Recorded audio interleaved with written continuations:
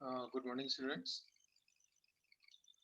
My name is Kuldeep Singh Yadav, and I'm pupil teacher of RKG Educational College, B.Ed Semester 3.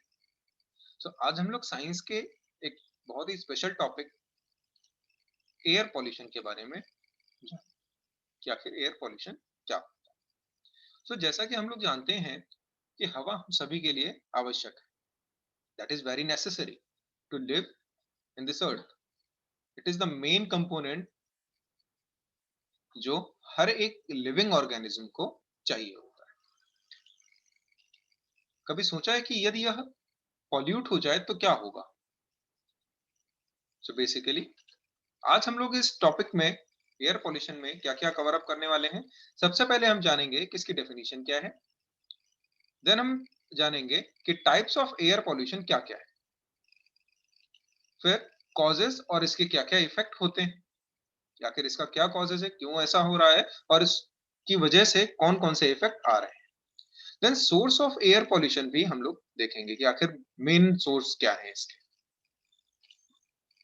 फिर effect of air pollution, mainly इसको broad में देखेंगे. और फिर prevention of air pollution कि आखिर इसको कैसे हम प्रिवेंट करें. So first of all let's discuss the definition. That is it is a broad term applied to all the physical and chemical biological agents that may modify the natural characteristics of the atmosphere and the environment. मतलब ये कि ये एक ऐसा term है जो कि physically, chemically और बायोलॉजिकली एजेंट्स को बहुत ज्यादा मॉडिफाई कर देता है. हम जानते हैं कि हमारे एटमॉस्फेयर में almost 73%, near about 71 to 73% nitrogen gases है.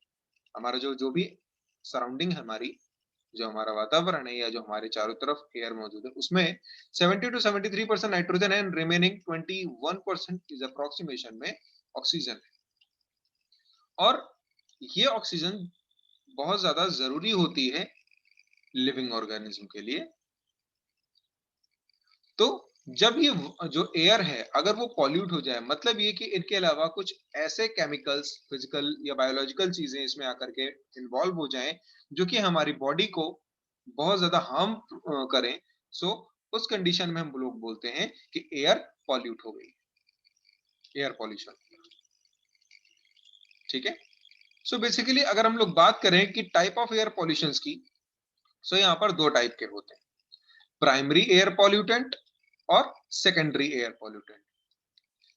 पॉल्यूटेंट जो है जो बेसिकली एयर को पॉल्यूट करते हैं, मतलब उसको गंदा कर देते हैं. पॉल्यूशन मीन्स होता है कि किसी चीज का गंदा हो जाना. अब पॉल्यूशन में हम लोग आज बात कर रहे हैं एयर पॉल्यूशन की, तो ये दो टाइप के होते हैं.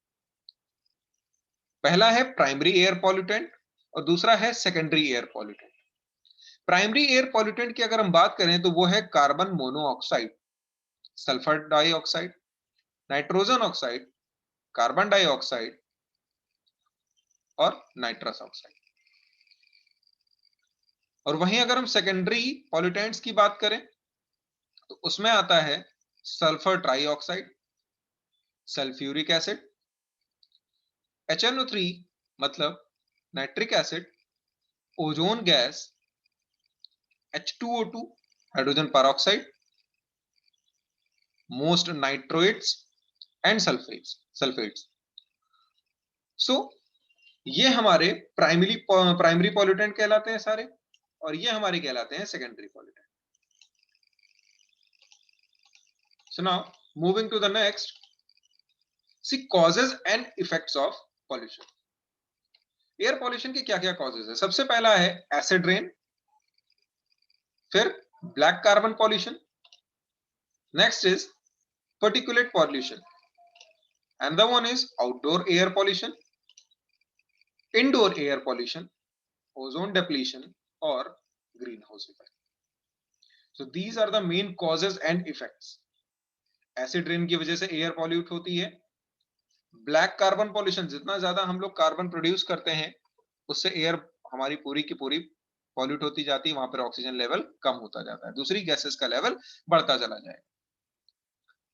इंडोर, आउटडोर और इंडोर एयर पॉल्यूशंस, कि हम लोग घरों के अंदर से जो पॉल्यूशन क्रिएट करते हैं, या फिर जो बाहर बहुत ज्यादा धूल या उससे जो पॉल्यूशन क्रिएट होता है अदर गैसेस की वजह से। ओजोन डिप्लेशन मतलब ये कि ओजोन का जो लॉस हो रहा है उसकी वजह से भी एयर पॉल्यूशन होता है, जो हार्मफुल रेजेस सन से आने वाली वो सीधी सीधी एंटर करती है। और कुछ ग्रीन हाउस इफेक्ट मतलब कुछ ग्रीन हाउस गैसेस हैं जैसे क्लोरोफ्लोरो कार्बन। सो ये भी बहुत ज्यादा एयर पॉल्यूशन को इम्पैक्ट कर। बात करते हैं आउटडोर एयर पॉल्यूशन की। आपको मैंने यहाँ पर एक पिक्चर दिखाई। आउटडोर एयर पॉल्यूशन में हम क्या क्या कवर अप कर रहे हैं कि motor vehicle and VOC containing products. Motor vehicle जितने भी सारी हमारे पास गाड़ियां हैं या जिनमें वीओसी है, विनाइल, जितने भी हमारे अंदर इसमें कार्बन से निकलने वाली जो गैसेस टाइप में जितने भी प्रोडक्ट हैं, ये सारे प्रोडक्ट्स हमारे आउटडोर एयर पॉल्यूशन है, क्योंकि जैसे ही ये चलती है इनसे धुआं निकलता है जो कि सीधे सीधे एयर में जाकर के घुल जाता है और वहां पर ये अदर गैसेस से रिएक्ट करके वो नए हार्मफुल केमिकल्स बनाता है। Motor vehicle, power plant, industrial activities, जितनी ज्यादा इंडस्ट्रीज यहाँ पे हमारे इंडिया में, हमारे देश में, इवन पूरे वर्ल्ड वाइड बहुत ज्यादा इंडस्ट्रीज लगने लगी और वहां पर लगी चिमनियों से कॉन्टिन्यूअसली स्मोक निकलता रहता है जो कि आउटडोर एयर पॉल्यूशन पॉल्यूटेंट में आता है। ये सीधे निकला हुआ धुआं जा करके सीधे एयर में मिल जाता है और रिएक्ट करके कुछ हार्मफुल केमिकल बनाता है जो कि हमारे लिए बहुत ही ज्यादा नुकसान है। यहाँ पर एक टर्म इंट्रोड्यूस हुआ, वीओसी। वीओसी क्या है? VOC is volatile organic compounds and whereas NOx मतलब नाइट्रोजन ऑक्साइड्स। ठीक है, इन लोग का जो ग्राउंड लेवल है दैट इज ओजोन पार्टिकुलेट्स, ये सीधे सीधे इंपैक्ट करते हैं ओजोन लेयर और उसको ब्रेक करते हैं, जिसकी वजह से एयर पॉल्यूशन बढ़ जाता है। So now mechanism of air pollution due to smog. आखिर स्मॉग की वजह से कौन कौन से मैकेनिज्म होते हैं? होता क्या है, जब ये कारखानों से या जो ठंडी हवाएं आती हैं और कारखानों से निकली हुई जो गर्म एयर है, जो धुआं है, वो क्या करता है वातावरण में एक गर्म एयर बना देता है, इन्वर्जन लेयर या वार्म एयर बना देता है। एक लेयर होती है, इस लेयर के ऊपर ठंडी हवाएं होती हैं और इस लेयर के नीचे भी ठंडी हवाएं होती हैं, जिसकी वजह से क्या होता है कि ना तो नीचे की हवा ऊपर जा पाती है ठंडी, ना ऊपर वाली नीचे। तो एक ऐसा एटमॉस्फेयर यहाँ पे क्रिएट हो जाता है जो आपस में ही सारी गैसेस रिएक्ट करती हैं और हार्मफुल केमिकल्स बनाते हुए बहुत ज्यादा पॉल्यूशन क्रिएट कर देते हैं, जिसकी वजह से breathing problem and other problems होने लगते हैं। Next is the temperature inversion, कि आखिर टेम्परेचर बढ़ कैसे रहा है। So this is because of lack of carbon pollution. ये देखें नीचे, इरेजन में क्या होता है कि जितना ज्यादा कार्बन एमिट आउट होता है तो होगा क्या कि कारखानों से वार्म एयर निकली, वो ठंडी एयर को जाकर के मिल गई और अभी भी ये गर्म एयर पूरी तरीके से नहीं मिली, वो वापस सबसे ऊपर जो कूलर एयर है उसमें चली। तो ऊपर जाकर के ये पूरे हमारे एटमॉस्फेयर का जो टेम्परेचर है वो इंक्रीज करने लगती है, जिसकी वजह से बहुत ज्यादा प्रॉब्लम। बट वहीं अगर लैक ऑफ कार्बन पॉल्यूशन हो, कार्बन अगर ना हो, तो क्या होगा? जो ठंडी हवा है, तो अब अगर कार्बन निकलना ही बिल्कुल बंद हो जाएगा तो क्या होगा कि ऊपर तो सबसे कूल एयर है, ये तो नॉर्मल पैटर्न था ऊपर वाला कि वार्म एयर होगा, वार्म एयर निकली, कूल में चली गई और कूलर एयर होगी उसमें चली गई और ये वातावरण में मिल गई। लेकिन अब अगर सोचिए कि बहुत ज्यादा एयर यहाँ से निकले गर्म, तो क्या होगा थर्मल इन्वर्जन में कि यहाँ से गर्म हवा निकलेगी और इधर से कूल एयर भी आएगी तो वो यहीं पे सराउंडेड रह जाएगी और ऊपर एक वार्म इन्वर्जन लेयर बन जाएगी। क्लियर? लेट्स सी कि एसिड रेन कैसे इफेक्ट डालता है इन सब चीजों का। So here it is. होता क्या है, कारखानों से निकला हुआ धुआं सीधे सीधे हवा में मिलता है और हवा में मौजूद जो यहाँ पे क्लाउड्स हैं, ये क्लाउड्स में जाकर के मिल जाता है। अब क्लाउड्स में मौजूद जो वाटर है वो सल्फर डाइऑक्साइड या नाइट्रोजन डाइऑक्साइड, नाइट्रोजन ऑक्साइड, इन सब से रिएक्शन करता है, नाइट्रिक अम्ल यानी नाइट्रिक एसिड और H2SO4, ये दोनों के दोनों बना लेता है। जब ये दोनों यहाँ पर आकर के से रिएक्ट करते हैं और ये केमिकल यहाँ पे फॉर्म होता है, H2SO4 और nitric acid both are the acids. ये दोनों पानी के फॉर्म जैसे रिएक्ट करते हैं, तो ये जब बादल बरसता है ऊपर से, पानी नीचे गिरता है कंडेंसेशन के बाद, तो ये एसिड नीचे गिराते हैं। मतलब ये कि गैसेस का जब रेन वाटर में डिसॉल्व होकर रेन करना, जो रेन होती है आप उसके बाद, it is called the acid rain.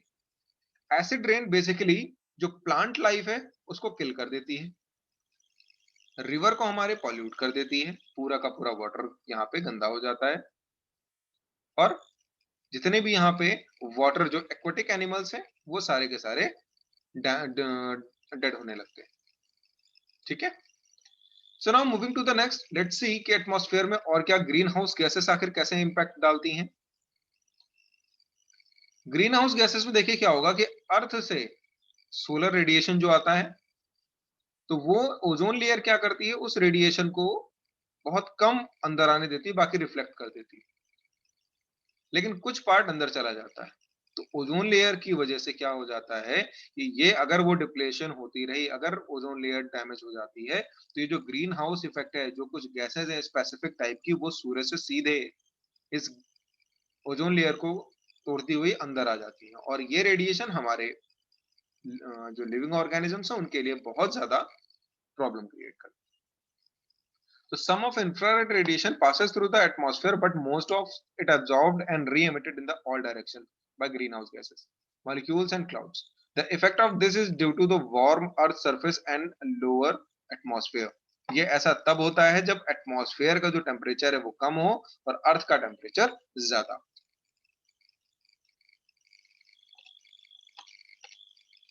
Ozone layer depletion क्या होता है?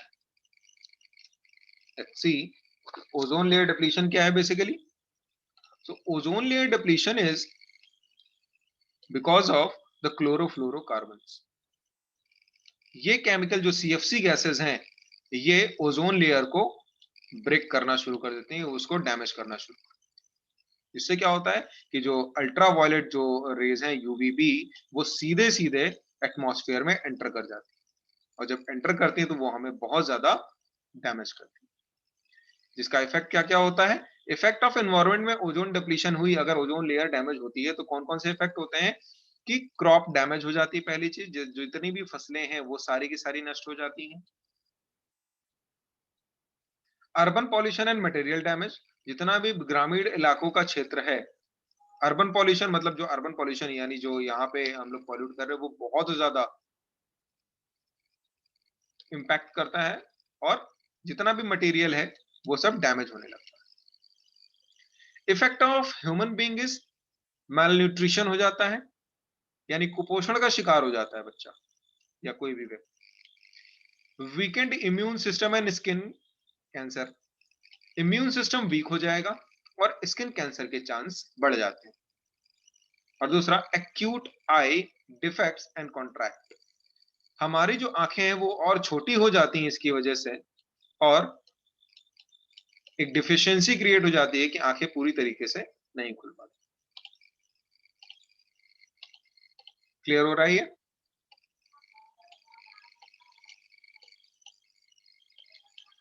Moving to the next is indoor air pollution.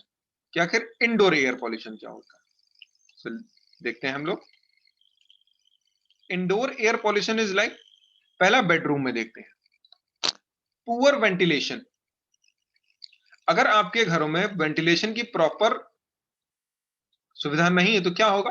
Dust and dust mites, bacteria and viruses, pet dander और ड्राई क्लीनिंग। होगा क्या कि अगर पुअर वेंटिलेशन है आपके घर में, प्रॉपर एयर पास ऑन नहीं होती है, तो ये जितनी भी डस्ट है वहां पे जमने लगेगी, और different kind of bacteria and viruses वहां पे पनपने लगेंगे। तो इसकी वजह से अंदर की जो गैसेज है, अंदर की जो एयर है घर की, वो हमारी पॉल्यूट हो जाएगी। एटिक की बात करें, जो छत का रूफ का पोर्शन होता है अंदर, एटिक में क्या होगा? ओल्ड क्लोथिंग और बेडिंग हम लोग ऊपर डाल देते हैं। बेसिकली वो क्या करेंगे, वो एक इंसुलेशन का काम करेंगे और डस्ट को भी अब्सॉर्ब करेंगे, जिसकी वजह से घर के अंदर का जो एयर का पोर्शन है वो भी पॉल्यूट होगी।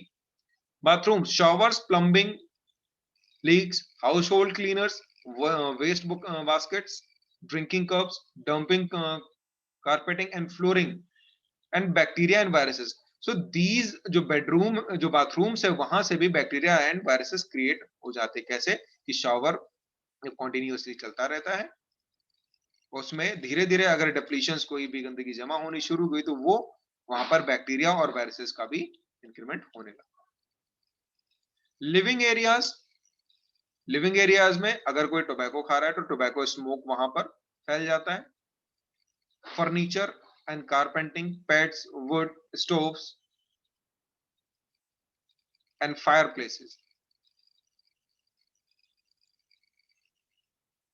Hobby supplies such as varnishes and glues।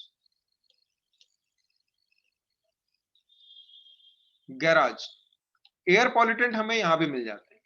कौन कौन से हैं? पेंट्स एंड सॉल्वेंट्स, पेंट भी है, auto exhaust, pesticides and herbicides, gasoline fumes and old newspaper. These are all the air pollutions that are contained inside of the our door. Then the next one is kitchen area. Kitchen area में भी हमें बहुत सारा air pollutants मिल जाते हैं, like cooking smoke, gas appliances, household cleaning agents, garbage pails and plumbing leaks. Yard area में अगर मैं बात करूं so there is pollen, dust, pesticides and herbicides. So हम अपने जो भी घर है उसके आसपास देख सकते हैं कि हर एरिया में कहीं ना कहीं से कुछ ना कुछ ऐसा हमारे पास पॉल्यूटेंट्स मौजूद हैं जो एयर को पॉल्यूट करते रहते हैं।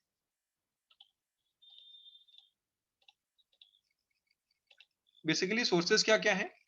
सो पॉल्यूटेंट जो पॉल्यूशन के सोर्सेज हैं एयर पॉल्यूशन के, वो है anthropogenic sources, other anthropogenic sources, natural sources or contaminants. These are the pollution sources. Anthropological sources क्या हैं? ये sources हैं like combustion और firing powered plants. Plants को जलाने पर जो effect produce होता है। Vehicle with internal combustion engine. अगर vehicle start है और उसका engine से smoke जो निकल रहा है उससे भी air pollution होता है। Devices powered by two stroke cycle engines, जैसे मोटरसाइकिल, ये टू स्ट्रोक इंजन होते हैं, बहुत ज्यादा स्मोक प्रोड्यूस करते हैं। स्टोव्स एंड इंसिनरेटर्स, जो हम लोग पहले स्टोव यूज करते थे केरोसिन ऑयल के, स्पेशली जो कोल से या केरोसिन से चलते थे, वो बहुत ज्यादा स्मोक प्रोड्यूस करते थे। The next is wood fires and burning inefficiently. जो हम लोग वुड जलाते हैं उसको हम प्रॉपर तरीके से नहीं जलाते, वो हम लोग कॉन्टिन्यूअस जलाते चले जाते हैं। आजकल ठंडक के टाइम में भी हम लोग उसको कॉन्टिन्यूअस जलाते ही चले जा रहे हैं और इस केस में प्रॉब्लम क्रिएट हो जाती है। फार्मर बर्निंग क्रॉप वेस्ट, जो फार्मर जब अपनी फसल को काट देता है उसके बाद जो वेस्टेज बचा होता है उसको वो जला देता है, जिसकी वजह से क्या होता है? बहुत सारा पॉल्यूशन क्रिएट हो जाता है।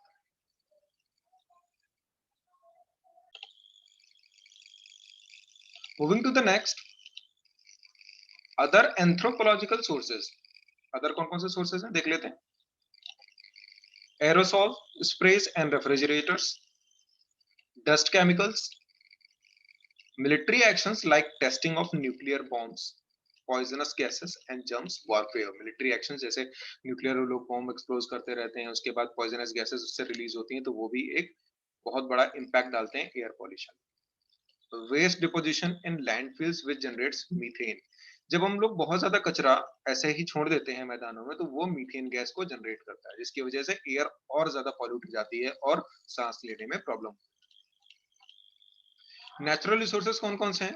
नेचुरल रिसोर्स में हम काउंट करते हैं डस्ट फ्रॉम नेचुरल रिसोर्सेज, जो ऐसे बाहर धूल उड़ती रहती है वो एयर में जब घुलती है तो वही हम लोग इनहेल करते हैं, जिसकी वजह से प्रॉब्लम्स क्रिएट होती है। Methane emitted from decomposition of animal and cattle, normally लोग जब कोई जानवर मरता है तो उसको ऐसे ही किसी ग्राउंड पे छोड़ देते हैं पर उसको बरी नहीं करते, तो होता क्या है कि वो जब डिकम्पोज होता है तो बहुत ज्यादा मात्रा में मीथेन गैस यानी CH4 गैस रिलीज करता है। जिसकी वजह से एयर पॉल्यूट हो जाता है। Smoke and carbon monoxide from wild fire, जब कहीं जंगल में कभी कभी नेचुरल तरीके से आग लग जाती है, तो उससे क्या हो जाता है कि वहां पर मोनोऑक्साइड, कार्बन मोनोऑक्साइड और स्मोक बहुत ज्यादा प्रोड्यूस होता है, जिसकी वजह से पूरी की पूरी वहां की एयर काफी ज्यादा मात्रा में डिस्टर्ब हो जाती है, जिससे क्या होता है, जो ऑक्सीजन लेवल है O2 वो कम हो जाता है। ठीक है। वोल्केनिक एक्टिविटी, वोल्केनिक एक्टिविटी जब कभी भी इरप्शन होता है, ये देखिए यहाँ पे मैंने वोल्केनिक एक्टिविटी आपको दिखाई, जब इरप्शन होता है तो बहुत ज्यादा मात्रा में यहाँ से गैसेस निकलती है इस वोल्केनो से, लेकिन ये काफी अरसे बाद होता है, काफी लंबे टाइम के बाद, तो हम लोग इसको काउंट करते हैं नेचुरल रिसोर्सेज, बट ये बहुत ही कम होता है। Producing chlorine, sulphur and ash particles, जब ये वोल्केनिक इरप्शन होता है तो उससे क्या होता है, क्लोरीन गैस प्रोड्यूस होती है, सल्फर गैस, और काफी सारा धुआं और धूल भी। So these are the natural resources for the air pollution. And there, the last one is dentistry, मतलब कि जो माउथ के थ्रू होता है, जैसे mercury toxicity, mercury, alginate, acrylic और एरोसॉल्स। अब कंटेमिनेंट्स में इसमें कौन कौन से आ जाते हैं जो इसको कैरी करते हैं? Carbon monoxide, chlorofluorocarbons, hydrocarbons, lead and heavy metals, nitrogen oxides and sulphur dioxide. ये वो कंटेमिनेंट्स हैं, यानी ये वो प्रदूषक है जो पूरी पूरी एयर को हमारी प्रोड्यूस कर देते हैं, पूरी पूरी एयर को आई मीन पॉल्यूट कर देते हैं। कार्बन मोनोऑक्साइड भी, क्लोरोफ्लोरोकार्बन भी, hydrocarbon, lead and heavy metals और नाइट्रोजन ऑक्साइड और सल्फर डाइऑक्साइड, ये सारे के सारे ऑक्सीजन लेवल को बिल्कुल डाउन कर देते हैं। जब ऑक्सीजन लेवल जो कि अभी 21% नियर अबाउट है, अगर वो कम होता है तो हमें सांस लेने फिर प्रॉब्लम होती है और हम लोग कहते हैं एयर पॉल्यूटेड। इफेक्ट क्या क्या होते हैं इसके? शॉर्ट टर्म इफेक्ट में irritation to the eyes, nose and throat, हमें आईज और नोज और थ्रोट में यानी गले में इरिटेशन होती है। अपर रेस्पिरेटरी इन्फेक्शन, हमारे लंग्स में ऊपर की तरफ इन्फेक्शन हो जाते हैं। हेडेक, नोजिया और एलर्जीज हमें बहुत ज्यादा होने लगती है, और इसका रिएक्शन यानी इससे जो होने वाली डिजीज है वो कॉज करता है अस्थमा या एम्फाइसेमा। लॉन्ग टर्म इफेक्ट क्या होता है? क्रोनिक रेस्पिरेटरी डिजीज यानी लंग कैंसर जिसको हम लोग बोलते हैं। तो लॉन्ग टर्म में जो अगर इसको काफी समय से अगर हम किसी पॉल्यूट एयर में रहेंगे तो हमें लंग कैंसर हो सकता है, हार्ट डिजीजेस हो सकती हैं, या डैमेज हो सकता है ब्रेन का, नर्व्स का, लीवर का या किडनीज का। These are the long term effects. Prevention क्या क्या है? हम असेसमेंट कर सकते हैं इसका, प्रॉपर तरीके से यूज कैसे करें इसको, एक प्रॉपर वे में हम लेकर के चल सकते हैं। Pollution emission for transportation vehicle and industry, यहां से जो पॉल्यूशन इमिट आउट हो रहा है व्हीकल से, जो ट्रांसपोर्टेशन से, इसको हम लोग कम कर दें। रिस्ट्रिक्टिंग स्मोकिंग, स्मोकिंग को बंद करके, और एडिक्वेट वेंटिलेशन, और प्रॉपर घरों में वेंटिलेशन करके हम एयर पॉल्यूशन को काफी हद तक प्रिवेंट कर सकते हैं। आज की क्लास ये देखिए प्रिवेंशन में हम क्या क्या कर रहे हैं। कैटालिटिक कन्वर्टर, ठीक है, बल्ब, साइकिलिंग का यूज करें, कार का यूज थोड़ा कम ही करें या फिर इलेक्ट्रिक कार यूज करें, पौधों को यानी प्लांटेशन करें, ठीक है, और सिगरेट्स को ना ही पी, या स्मोकिंग ना ही करें, या धुआं ना ही जलाएं। So these are the prevention basically. आज की क्लास में इतना ही। So thank you class.